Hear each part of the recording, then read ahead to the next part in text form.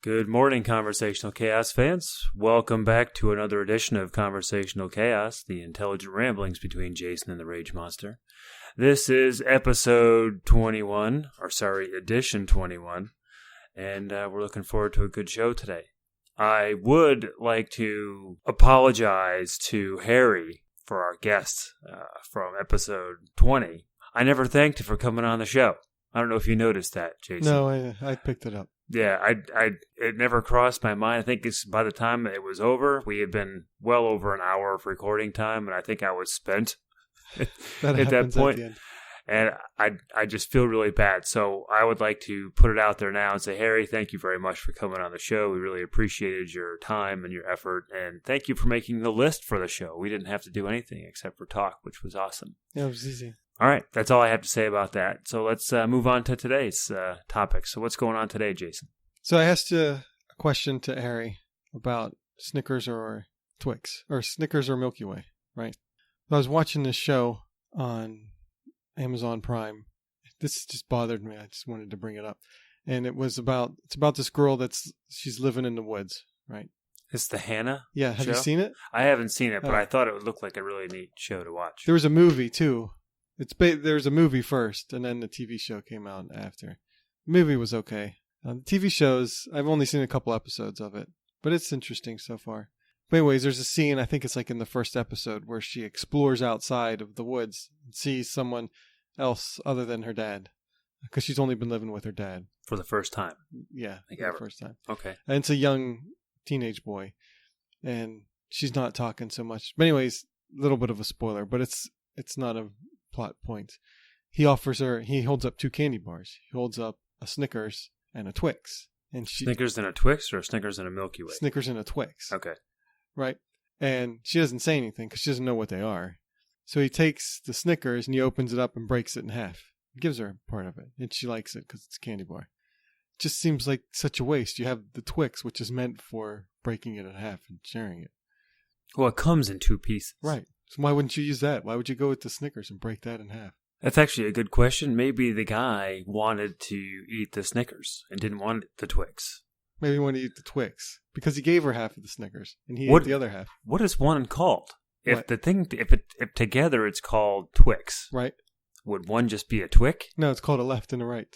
No, I understand that. I thought that it's so dumb that they started doing that. It's a left They're Twix and a right Twix. But are they actually, is an individual one is that still a Twix? Yeah, still a Twix. I actually have one. Still a Twix.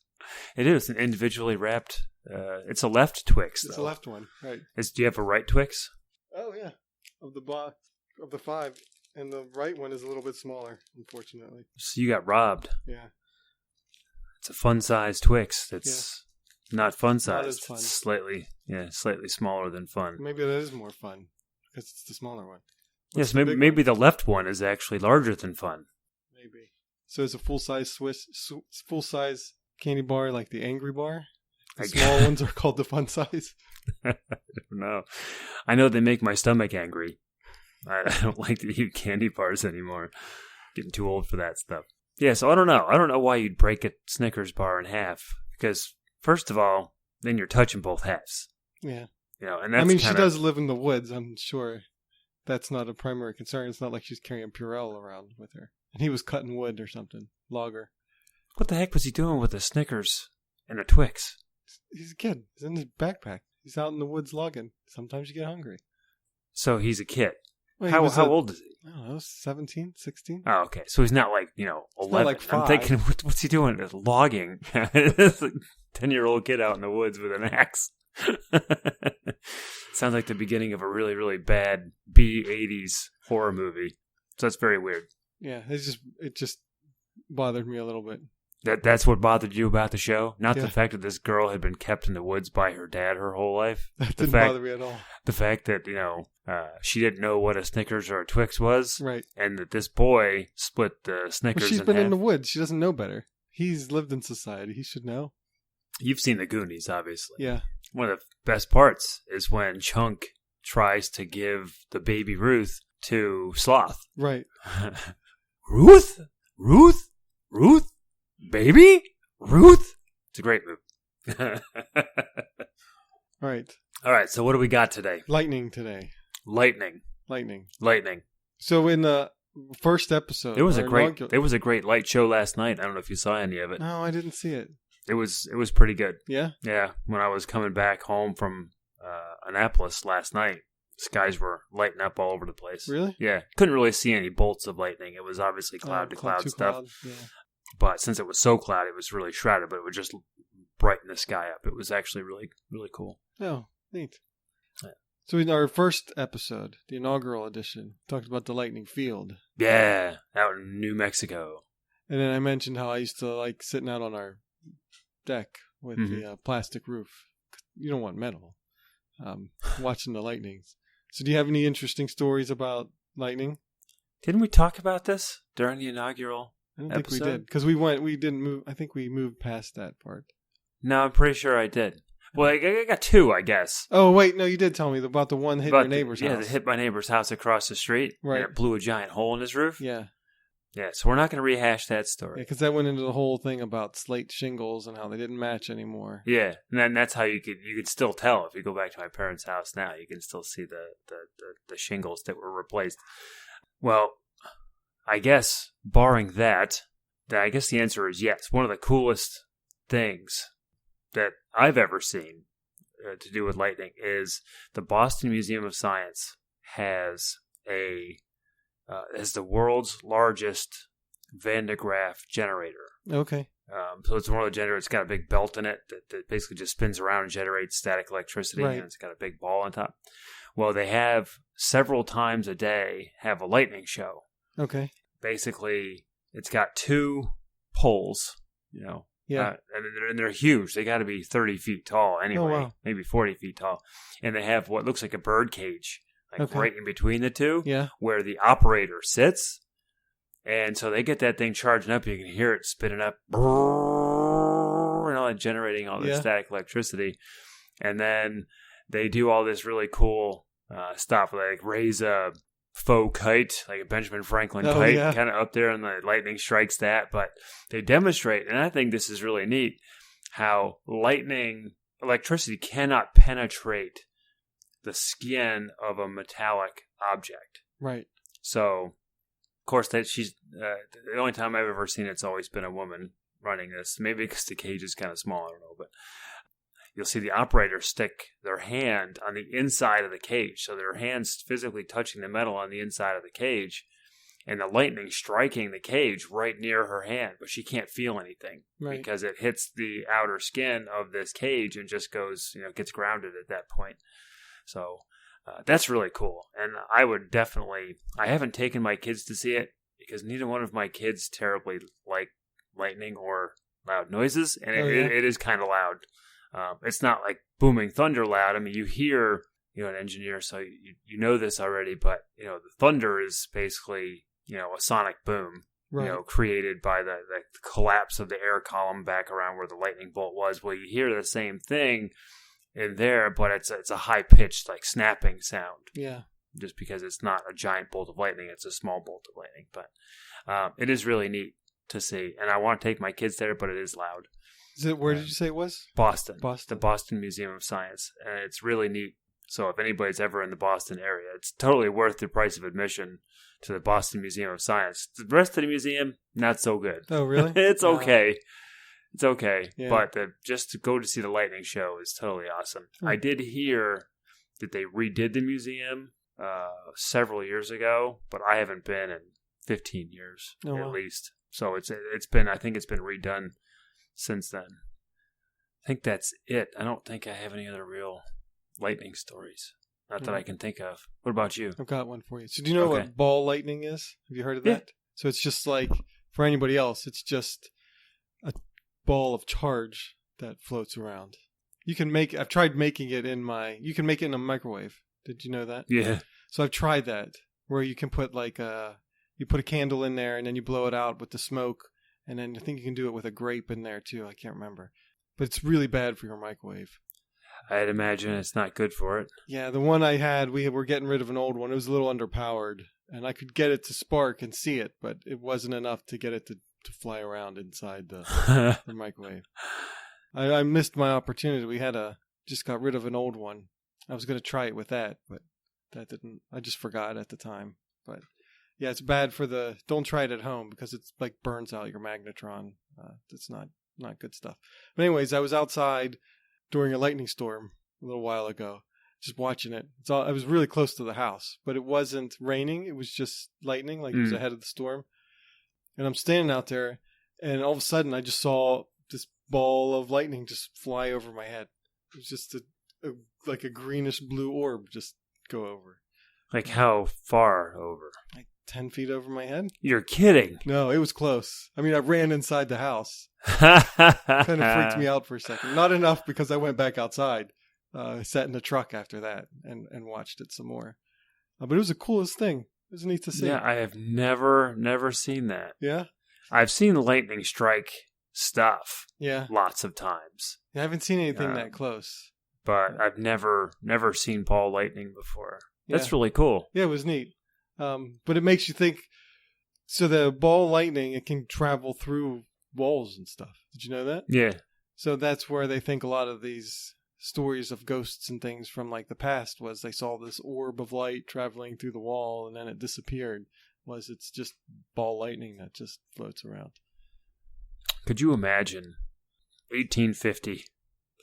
You're in some, log cabin out in the Great Plains, miles from the nearest neighbor, and ball lightning comes through your wall. How terrified would you be?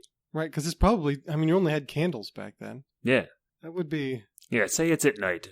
Right. And it comes right through, just brightens up your room. It's going to freak you out. And there's no educational background to even begin to explain what you just saw. Yeah. That would be pretty terrifying. That would be. And the only thing you can think of is it's got to be, my house is haunted now. I saw it. I know it was there. People are going to say no. Saw it. Because, how often do you see it? It's not like it's common. I've only seen it once of all the lightning storms that I've seen. But it's pretty cool. I was excited to see it. Have you ever seen lightning on, open water? No. That is super weird. Yeah? Yeah. Because, where I grew up, I kind of grew up in the foothills / mountains. So you'd see lightning a lot, but your horizon was always limited by the terrain, right? Okay, right. Half the time you never saw it actually striking anything because you couldn't see that far away. But when you're out in open water, or if you're on the edge of the water and the storm's out at sea or out in one of the Great Lakes or something, you can actually see the lightning bolts coming all the way down to the ground. Yeah. And it is just, there's almost no context for distance for it because you're kind of out in the middle of nowhere with no reference points. So you really don't know how far away it is, but it's just cool to watch it literally go all the way to the ground. Not that it's like slow motion or anything, but you see the bolt go from the sky to the ground. It's just kind of... It's a little bit longer than you would normally see. Yeah. Does the water light up at all? I wonder if it starts to steam in there. I would imagine it does. It probably flash boils it. I would imagine it flash boils the water. I have to look. You ever seen water spouts? No. Those are really cool. Yeah? I actually have a great photo taken 2 years ago, almost exactly 2 years ago, on Lake Erie. Oh. Of 3 water spouts. And it was really cool. 3 at one time? Yeah. Oh, wow. Yeah. Was it like a tornado warning, or was it just... It was just a nasty thunderstorm. Oh, wow. That was coming overhead. And I remember I had my girls in the car. Yeah. And my wife. And we were driving from Buffalo down to this little town called Angola, New York. There's a little thing called the Lakeside Market there. And they do specialty sausages and stuff like that. It's kind of famous in the area for that sort of thing. Yeah. And so we were going down to get some stuff from the Lakeside Market. And of course, the road that you drive down, it's Lakeside Market. Obviously, the road goes by the lake. So we were driving down the lake and there's just lightning everywhere. And then my wife just says, "Oh, look, there's a water spout out in the water." So we pulled into this little parking lot that was right there next to the water. And I got out. And I was standing outside the car. I had my camera. It wasn't raining where we were. But there was a lot of lightning and a lot of wind. And so the girls are still strapped in their car seats. And actually, I guess they weren't in their car seats at the time. They were just in their regular seats. But they were still buckled in. And so I'm out of the car, and like the sliding door in the van is open, and I'm standing out there like 15 feet from the car, and a bolt of lightning struck something extremely close. Oh, yeah. You heard like the crackling right. of the lightning, and I remember seeing that it was behind me. I remember seeing the flash. The bolt of lightning was behind you? Well, it was behind me, because there was a bunch of, because I was standing at the edge of the lake. Yeah. So behind me was just a bunch of like really large trees. Okay. So lightning struck one of those trees. Oh, wow. It wasn't too far away. I mean, you heard it, you saw the flash and heard the thunder instantaneously together. So obviously it was really, really close. Yeah. And I just remember the girls losing it. They were just screaming, "Daddy, get back in the car!" They're crying, thinking I'm going to get hurt or whatever. It's not going to strike the same place twice most of the time. What was the name of that guy? See, that's a question that should have been on the trivia episode. That would have been a great trivia question.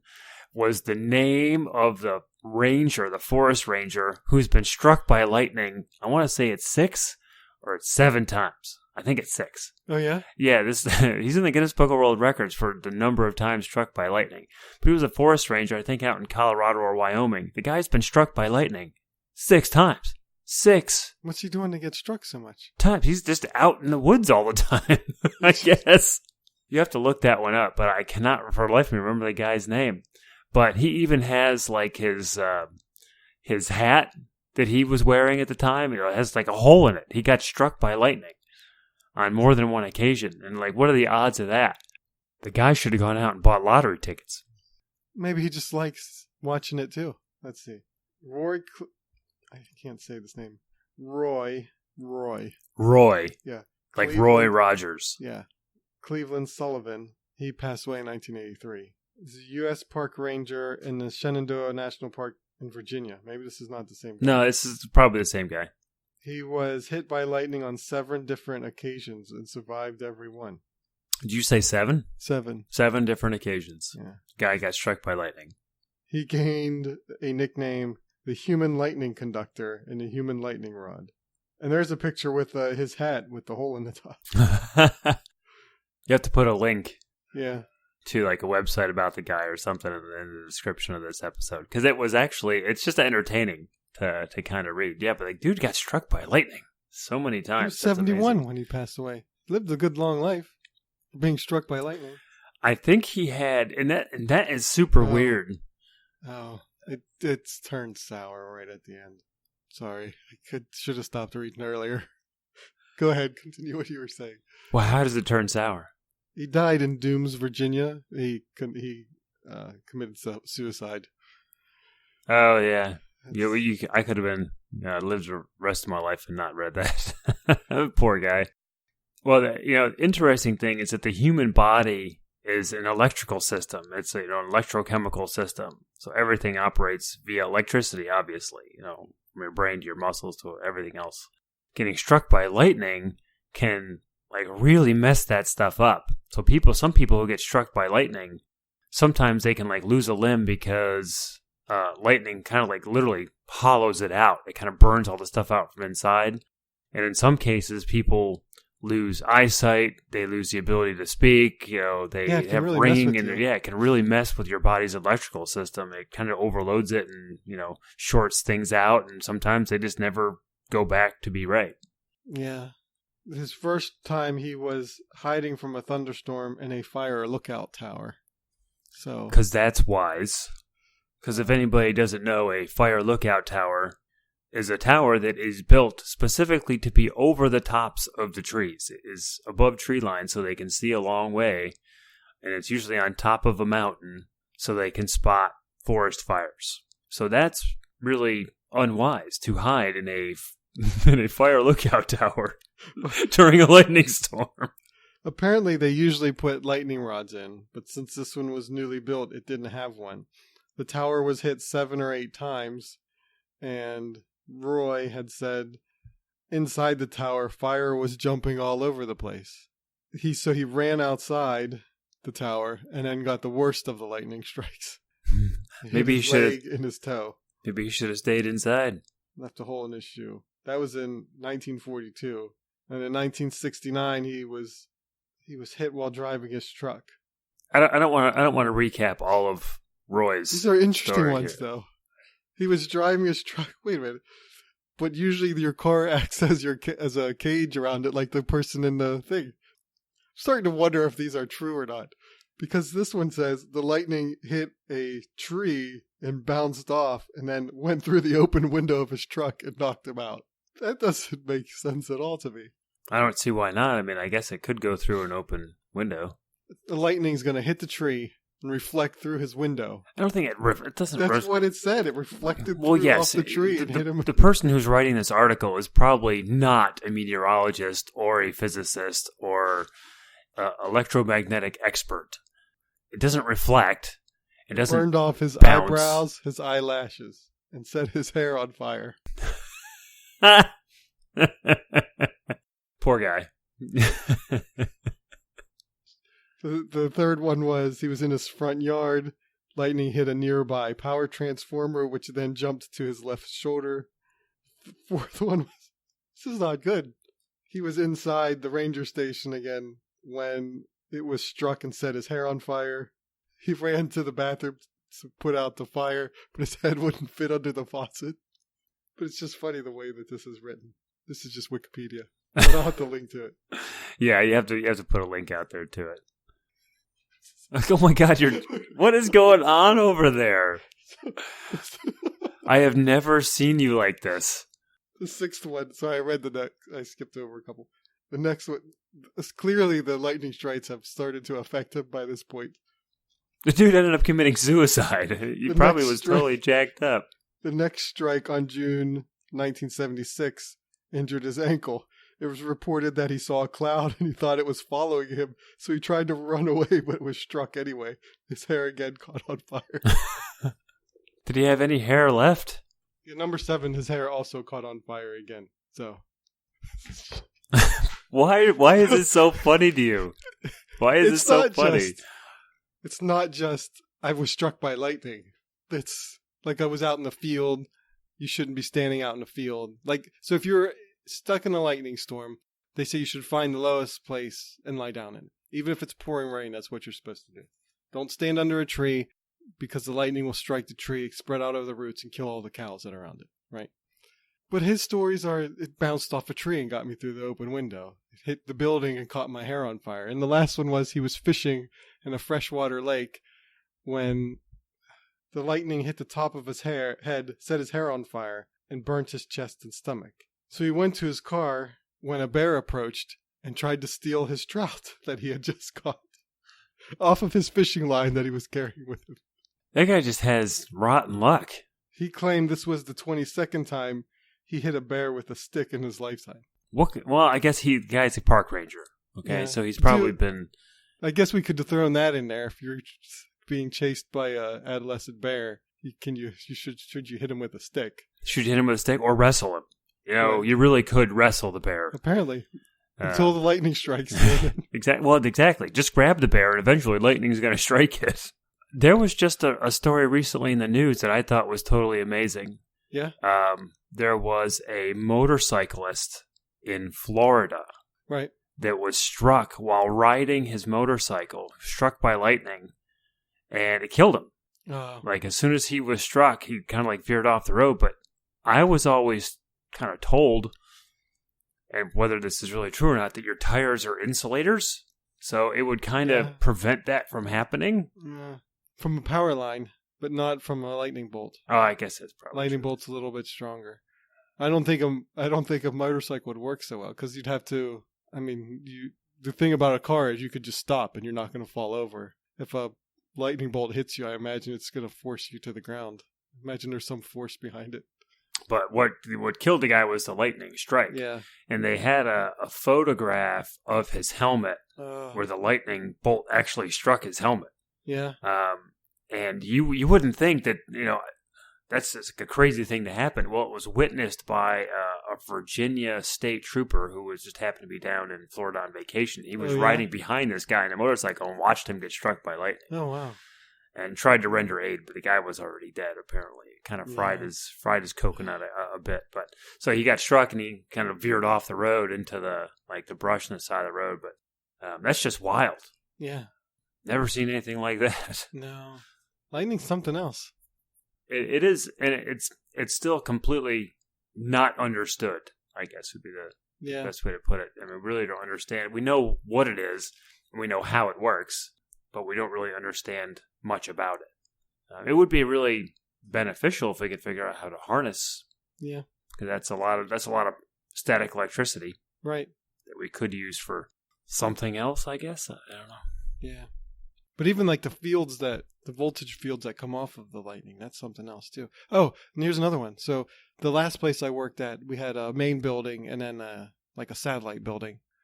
And you'd have to walk between the two. It was a lab that was in the other building. And it was pouring rain once and I had my umbrella. So I have this idea where I never remember my umbrella when it's supposed to rain. So I just have a whole bunch of cheap ones and I just throw them all over the place. So I keep one in my office. There's one in my desk, one in my car. So I had this cheap umbrella, and it was, I don't know, it was metal. Had the metal. It was a small telescoping one. Had metal shaft in the middle. So I'm carrying it over. And it's really windy, so I'm holding on to the middle because it's wind's blowing. I shouldn't have walked over there, but I had to get over there anyways. Plus, I could be by myself over there. But lightning struck, and I could see it. But man, the voltage field that came over, it shocked me so much holding the umbrella. It threw it out of my hands. Like I had to let go of it. Really? Yeah. Huh. So it always makes me wonder about those umbrellas you see with the big metal tip on the end, because I used to have one of those too. I think, well, this isn't smart, but it was the one they had when I needed one at the store. Since then I've started carrying the little ones. But be careful if you have a metal umbrella. You don't want to strike in that. Well, back in the days of sailing vessels, yeah, that's where the sailors used to use the term St. Elmo's fire for during lightning storms. You could look up, and sometimes the top of the mast would be glowing blue, and that was indicative of like an imminent lightning strike. That was kind of like their thought, and that's a bad thing. The wooden ship getting struck by lightning, causing fires or holes in the hull or whatever. Yeah. So that was like a really bad thing. Like when they saw that, they're like, this isn't going to be good. It doesn't mean they were going to be struck by lightning, but it was just because of the static charge built up on the mast as they're sailing along. Yeah. Which I still think happens on like modern sailing vessels. I think that still happens. Yeah, I would think that would be a big problem because if you're out on the water, it's all flat. You are the highest point. Yeah. Your odds are higher that it's going to hit you. I mean, most boats now, especially sailboats, they're all fiberglass with the exception of the mast, which is made out of aluminum probably. Yeah. I guess they probably have some, I would think they have some kind of lightning rod down. Yeah, they do. That's interesting. So lightning. There's another story I had too. I can't remember offhand.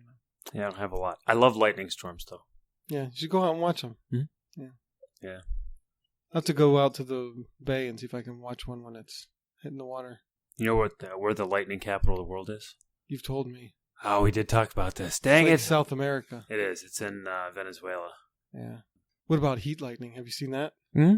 That's neat too, where it's red and it's like cloud to cloud. You see that a lot growing up in the summers. I don't know if I want to bring this up. So I have this idea for one of our guests. Okay. One of our guests that we've had or one of our guests we want to have? Guests. Okay. He went on I don't want to give too much away because if we have him on, it's going to be super exciting to have him. I think you know who I'm talking about. But he went on an event this weekend. Oh, God. I heard this. Did you hear this story? I just heard some of the folks that were in this particular meeting with this individual. I had heard that it was, 15-minute dissertation on this particular event and how that was 15 minutes of wasted life. See, we have different perspectives on life then. Anyways, there's part of this story. This gentleman goes and takes part in these activities, which I'm not going to cover yet because I'm going to save it. Anyways, before I get to what he was talking about, his enthusiasm for the events is just amazing. Just to hear him talk about it, it's just something else. Like, it's worth just hearing him talk, just to hear his excitement for the topic. Can we give the preview and just say that it's related to LARPing? Can we say that? I don't know. We might have to cut that part out. Oh, come on, man. Because we still haven't figured out if you're going to be respectable if we have him on. I don't know if I can. I mean, he's opening himself up to public mockery just by talking about this stuff. There's nothing wrong with it. It sounds quite exciting when he talks about it. If I was younger, I would probably take part in something like that. I hate to say this, Jason, but kids who play Dungeons and Dragons, they make that sound exciting. It does sound exciting. I've tried to get into it. It's a little bit too difficult. It's not exciting. It is exciting. It sounds exciting. I'm going to do it this summer. You wait and see. You gonna play with the boys? That's the plan. I already have the game. Oh my God, you do? Well, it's not Dungeons and Dragons. It's Dungeons, and more dungeons. No. Anyways, back to the topic. We can cut all that part out. He went camping in Pennsylvania into this giant limestone mine. Like you said, it's just huge. Like it's 30 feet tall and 30 feet wide. It's an old abandoned one, I guess. But now they use it for storage. Yeah, people can rent out RVs and great place to. It's a great place to store stuff as far as temperature control, but not humidity control. I was wondering. I imagine it's quite damp in there. Yeah, because that's part of what makes limestone, right? Yeah, it's just the water just dripping all over the place. So I imagine, but it's not salty though, so I wouldn't imagine things would rust. It's just damp, and moldy. Dank would be a good way to describe it. It's like a damp old basement. Yeah. That's made out of stone. Like my parents' basement. It's made out of stone? It was, yeah. Was the floor stone? Part of the floor was dirt. Oh. The walls were stone. For the footings. Dirt floor. Is it dusty? I imagine it gets dusty, right? I mean, I know it's like really compacted down at this point, but it's not like you can sweep it, can you? No. Well, you can now because now they're concrete. They redid the basement, but really because the bricks that they had used, it was probably a third. Bricks for the floor or bricks for the wall? Would you let me finish? No. The footings and like half of the wall, half of the foundation were stone, like field stone. From about 4 feet up the foundation all the way to the base of the actual house was brick. So field stone. Fieldstone footers, fieldstone wall. Up to 4 feet. And then brick above it. How high was your ceiling? 8 feet? Well, a footer is a few feet below grade.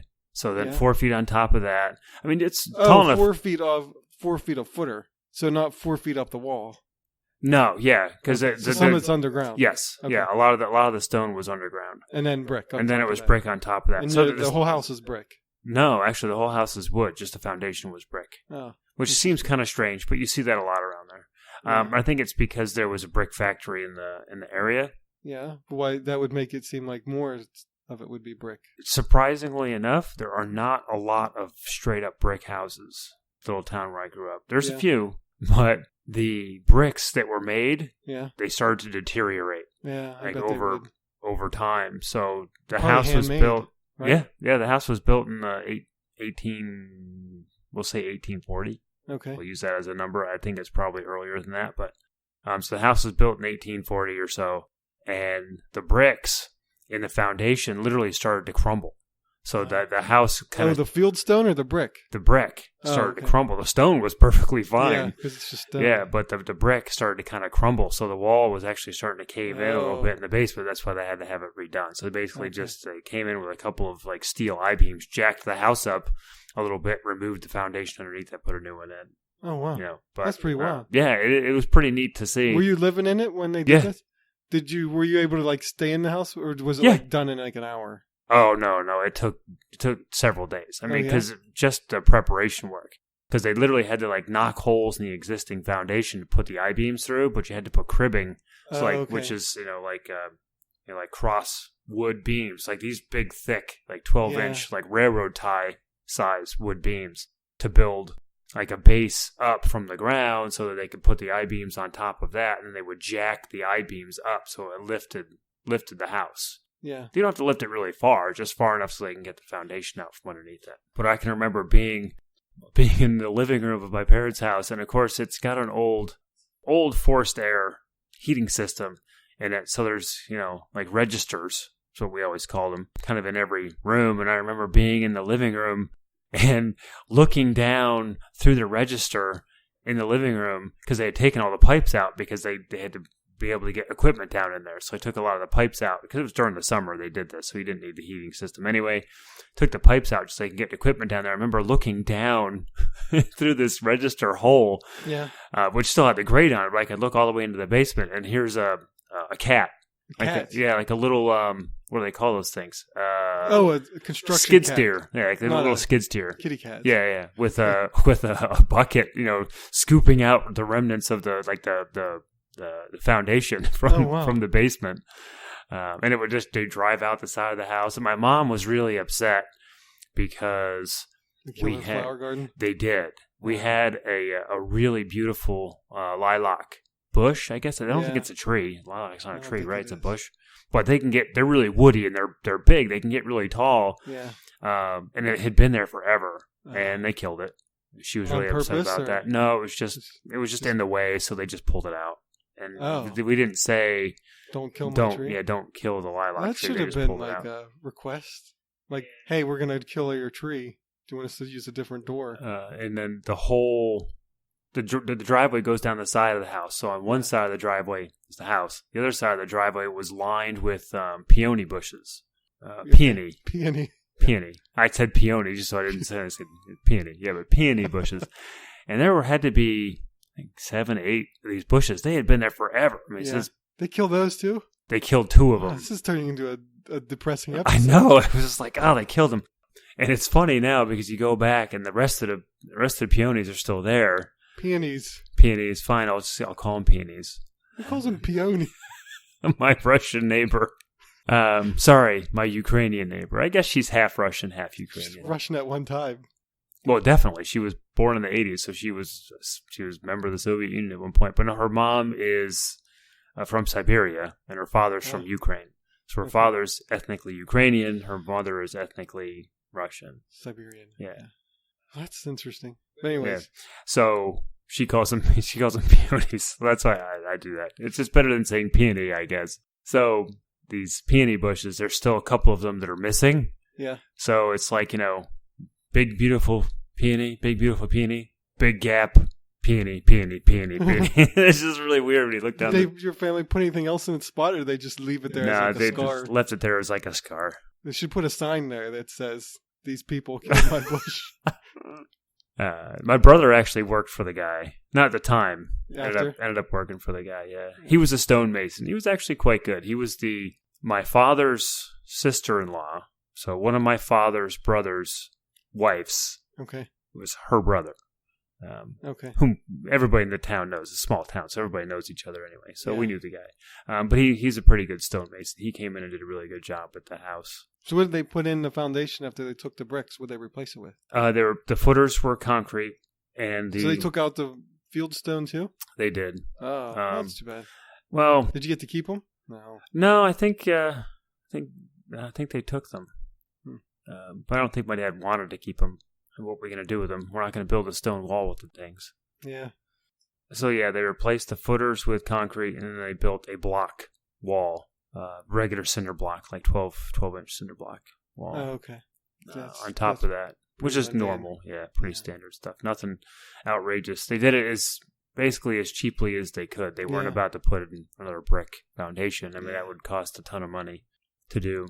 And they didn't want to pour a concrete one. That's just too difficult. You'd have to raise the whole house up a lot to be able to do that. So the block foundation was the way to go in that particular case.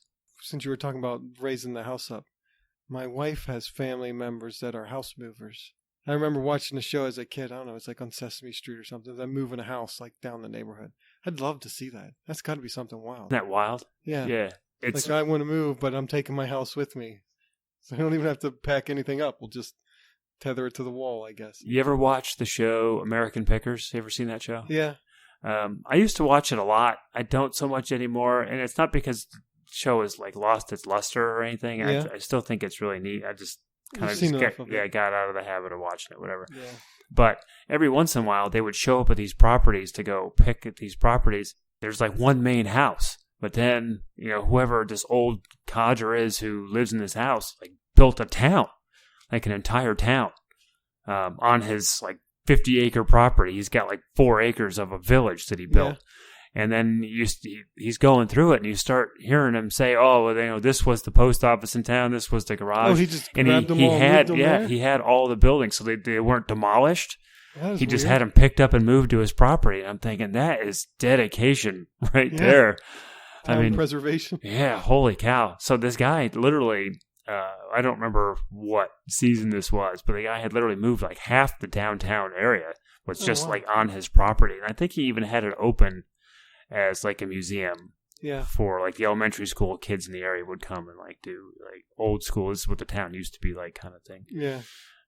He didn't like have paved streets or anything, but he just moved all the buildings.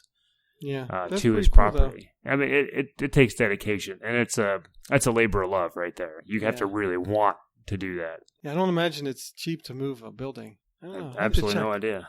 Their family's business was Simple, I think. Simple House Movers. I think Simple's their last name. Oh my God! Okay. I was like, "There's nothing simple about moving a house." Yeah, because I think that was like one of the things they would say was, "It's not simple; it's Simple House Movers." Yeah, nothing simple about moving a house. I mean, that's got to be. I'd like to see that. I would really like to see it. The logistical problems. Yeah, I mean, you got to find a road wide enough to drag your house down now. Most houses aren't really that wide.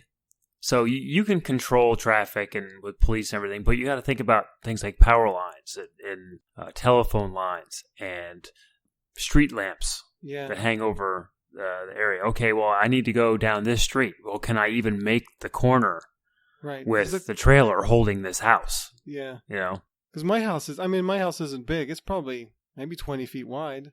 How wide's a tip? My street's probably only like 15. It's going to hang over. No, your street's wider than that. How wide's a car? 4 feet wide? A typical lane width is 2.5 meters. That's just the lane width. Can you tell us in English units, please? Well, 2.5 meters, so multiply that by 3.2808. So, what's that, 8 feet? Yeah, so that's only 16 feet wide. Yeah, 8.2 feet. Okay. So it's 8.2 feet. So that would be 16.2 just in lane width. That doesn't include the paint lines in the middle, which is probably on our foot. We don't have any paint lines on ours. Do you have any shoulders? No. Oh, maybe it's super narrow street. It is. It's wider than 15 feet, though. I'm going to measure it when I go home. It's wider than 15 feet. Because they would have, even if I was to move it, they'd have to take it out to the street and then turn it, because my house is deeper than it is wide. I imagine that's the case for a lot of houses, unless it's like a Rambler. What are those called? The 1-story houses. Rancher, not Rambler. It's an old car. Right, it's like a Rambler's a car. Yeah. That's got to be a weird business to be in, too, though. It's not like you can't move every house. There's only certain ones I imagine you can move. Not all of them are moved in one piece, either. Oh, they cut them in half. Sometimes they do, yeah. Do they lay them over? I wouldn't imagine they lay them over. Mm-mm. No, they can, like, they'll move like large buildings, like churches and stuff like that. Yeah. Well, they take like the steeples off, and they can take like parts of the building off, and then they just repair them when they get wherever it is that they're going. So they can take them apart. I mean, that's what a modular home is. Yeah, I mean, well, those are meant though. Yeah, they're meant to be put together. Yeah, exactly. They're put together, and then they're put together partially, and then the pieces are taken, and then they're just finally put together on site. It's the same kind of thing. They just do it in reverse order. Yeah. I think that's going to do it for today's episode of Conversational Chaos. We do appreciate everybody for tuning in to another edition. Please feel free to send us emails. We do still have all of our other accounts up, which you can see in the show notes. Send us topic suggestions, send us questions, send us straight up comments. We'd love to hear from you. Jason, you have anything? No. Thank you for listening. Thanks for listening. Everybody have a wonderful, wonderful day.